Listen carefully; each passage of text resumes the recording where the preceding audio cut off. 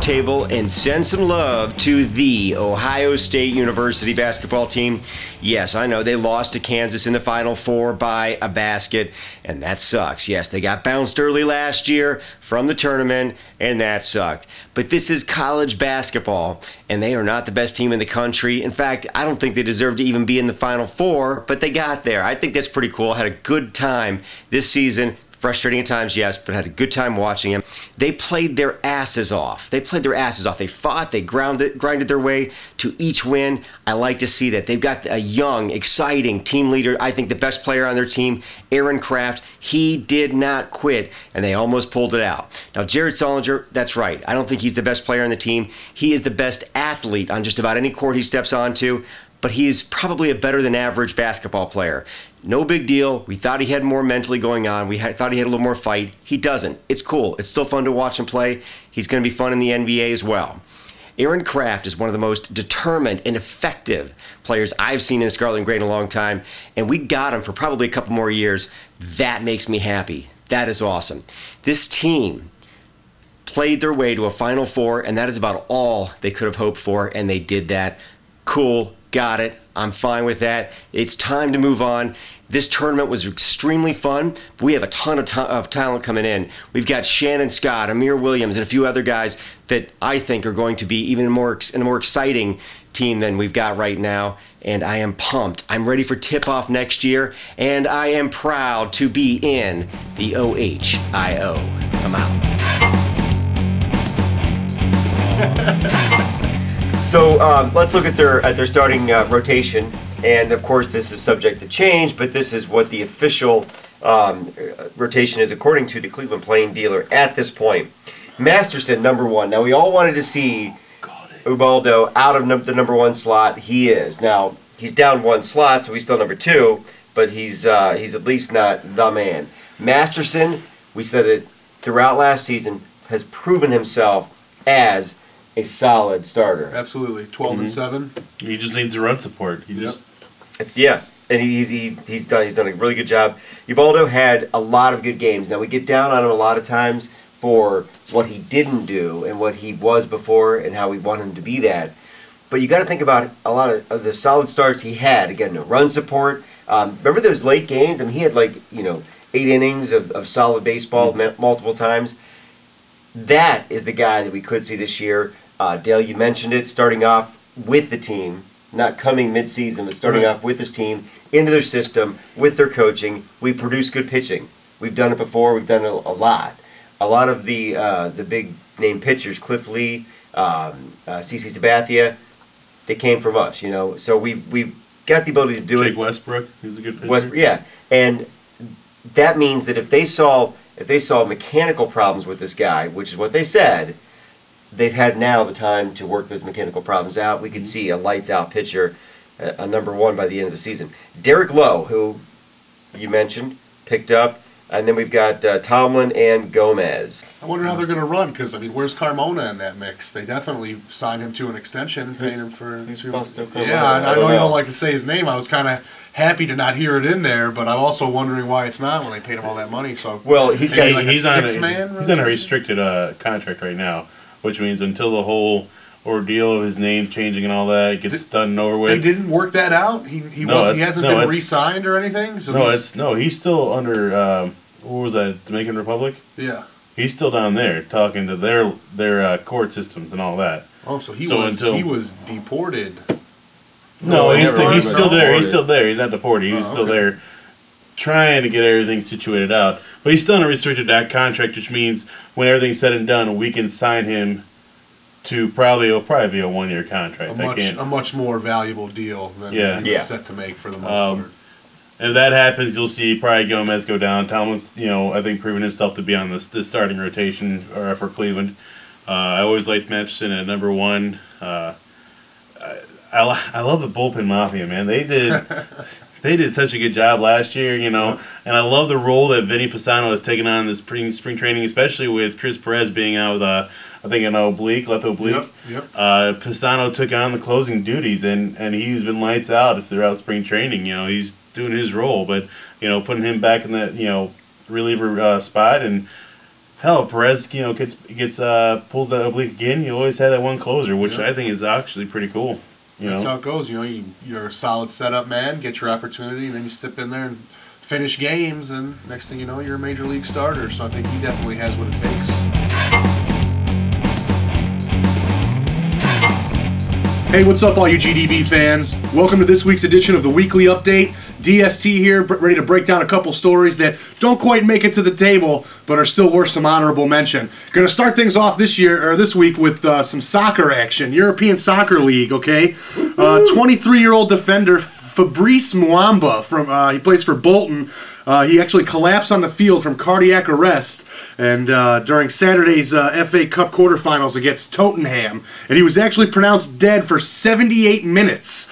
And according to his doctor, during the 48 minutes between the time of his collapse on the field to when he arrived at the hospital, medics did CPR on him for over a half hour and continued to have his blood circulating until they got to the hospital. Now, during that time, he was given 15 shocks from a defibrillator before he finally came to arriving at the hospital. And, they said that his fitness and the fact that he was in the best shape of his life had a lot to do with his body being able to survive for that long.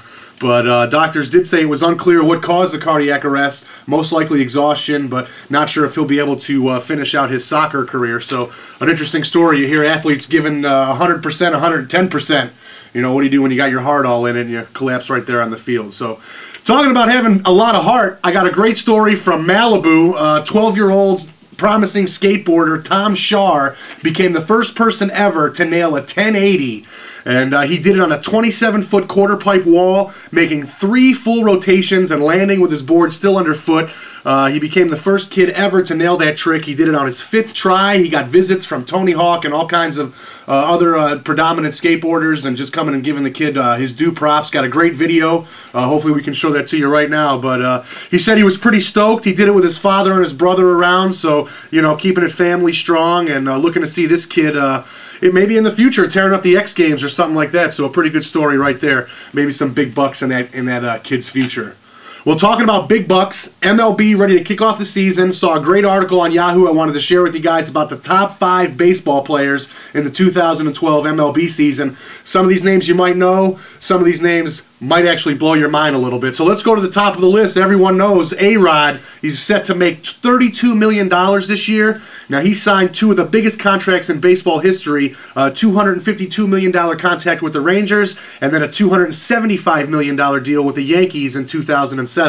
Now, that Yankee deal includes up to $30 million in additional home run bonuses, and if you check on his endorsements, he earns about $2 million a year from Nike, Rawlings, Tops, and Vita Coco, which is probably some Dominican chocolate milk or something like that.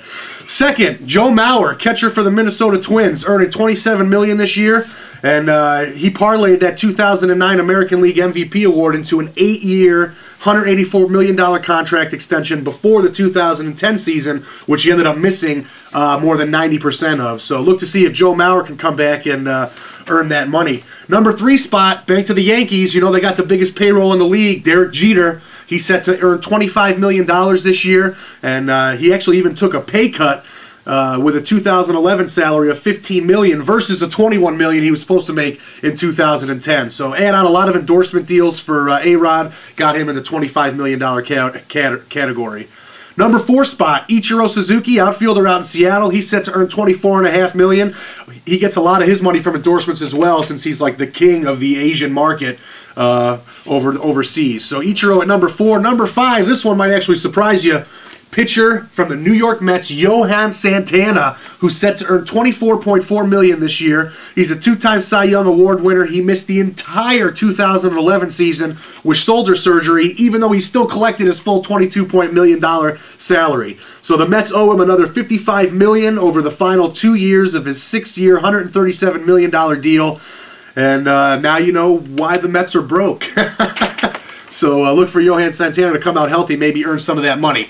All right, so let's say you're a baseball player who's making the $1 million checks. Then there's the baseball players who aren't making the big checks. And I want to introduce you to Adam Eaton, not the 34-year-old former big league pitcher, but 23-year-old outfielder and Diamondbacks prospect Adam Eaton, who was sitting in spring training when he went to his locker and found a check from the MLB endorsement company with over 6 checks at $20,000 each, supposedly to be given to Atlanta Braves pitcher the original Adam Eaton for jersey sales and all kinds of stuff like that. So Adam Eaton gets these checks. They're not for him. He doesn't know what to do about it. Talks to his teammate Cody Ransom, and he's like, dude, you got to give those checks back, man. So after trying to keep them, it turns out that he ended up giving the checks back. And, Adam Eaton got his checks like he was supposed to. Now, I don't know about you guys, but I'm definitely considering changing my name to Alex Rodriguez, giving the minors a shot, and hoping for the best. Who knows? Maybe I'll get some of that A-Rod money. Well, that's all I got for you guys this week. Weekend update here with DST. Hit me up on Facebook, or you can hit me directly, dst@gamedaybattle.com. Back to the table. We'll catch you guys next week. This is the key to this team being where it was. I'm going to let you know right now, we got to get rid of Mark Shapiro, who's in that head office. Once we get rid of his ass, just like we got rid of John Hart, out, that's where we get them winning teams. Well, because somebody's going to come in and make the dollars. Oh, you're not comparing Shapiro and Hart together, are you? Yeah. John Hart's the one that made us the guy what we needed to get to the World Series in '95 and '97, and we ousted him out, and he went to Texas, and guess where they went to? Playoffs. Absolutely. Because he didn't want to pay nobody here. How's that his fault? It's the Dolans who own the team. They want to pay the money. This team's always paid the bums. That's all the money. Well, that's the Dolans. And keep in mind that we would have a rotation now with Cliff Lee, CC Sabathia. I mean, that's a pretty solid rotation. Number one and number two. And if I remember correctly, last year, Chris Antonetti, who was his first year of GM last year, who got the UBALDO trade, I think all 4 of us were all happy-go-lucky for that. I'm still so you cannot say that it was odd. But and then you get Manny Acta. This come from a losing-ass team. He never had a winning season. We could have got... But you know what we did have? We had a winning season last year. Yes, we did. We had an exciting season last year. Well, technically we were 80 and 82, so that's below 500. Yeah. Thanks, Dale. Thanks for throwing facts in. 80 and 82. Yeah. You're right, but that's pretty close. I respect Ramon's frustration as a Cleveland fan, but I see us where not so much where the Browns were, but we've got a lot of young talent, a lot of guys who are about to be in the cusp and start the prime of their careers, and we saw a lot of that early last season. Then it kind of faded off, and then we kind of saw it again towards when they made a little late season run there, you know. All right, so Lake Erie Monsters season is heating up. It is about to come to a quick close, I believe. And I know they've battled through a lot this year, and they put themselves into a good position. These last few weeks have been pretty important for where they're at right now as far as getting into the big game. Yeah, we lost a couple of crucial games to us, but we picked right up to our final shootouts and our overtime games that we've had. For, I think, 8 games straight, we had an overtime or a shootout game. Right. We picked right back up last Tuesday, March 27th, when we got our point out of the shootout. Texas still beat us 4-3, but we still got that 1 point. Same thing. We go. That was home here. Then we go back to Texas against Houston. Not against Texas, but against Houston. But in the great state of Texas, which you like very well. Great state of Texas. We went back into a shootout. We won that one. We got the good 2 points out of that one. The ones we really needed is 2 points. After that, we kind of fell apart on Saturday. We lost back to Texas, in Texas, against the Stars, 4-0.